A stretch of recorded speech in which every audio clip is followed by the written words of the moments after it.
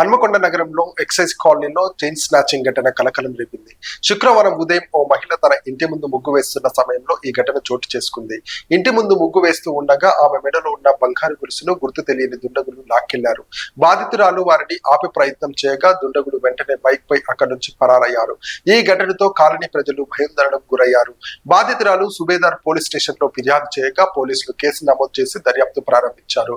అయితే ఈ ఘటనకు సంబంధించి దృశ్యాలు సమీపంలో సీసీ కెమెరాల్లో రికార్డ్ అయ్యాయి. ఆ దృశ్యాల ఆధారంగా దుండగులను గుర్తించే పనిలో పోలీసులు నిమగ్నమయ్యారు. కాలనీలో వరుసగా జరుగుతున్న చోరీలు, చైన్ స్నాచింగ్ ఘటనలో స్థానికులు ఆందోళన వ్యక్తం చేస్తున్నారు. రాత్రిపూట ఉదయం వేళల్లో కూడా పోలీసు పహారా పెంచాలని ప్రజలు కోరుతున్నారు.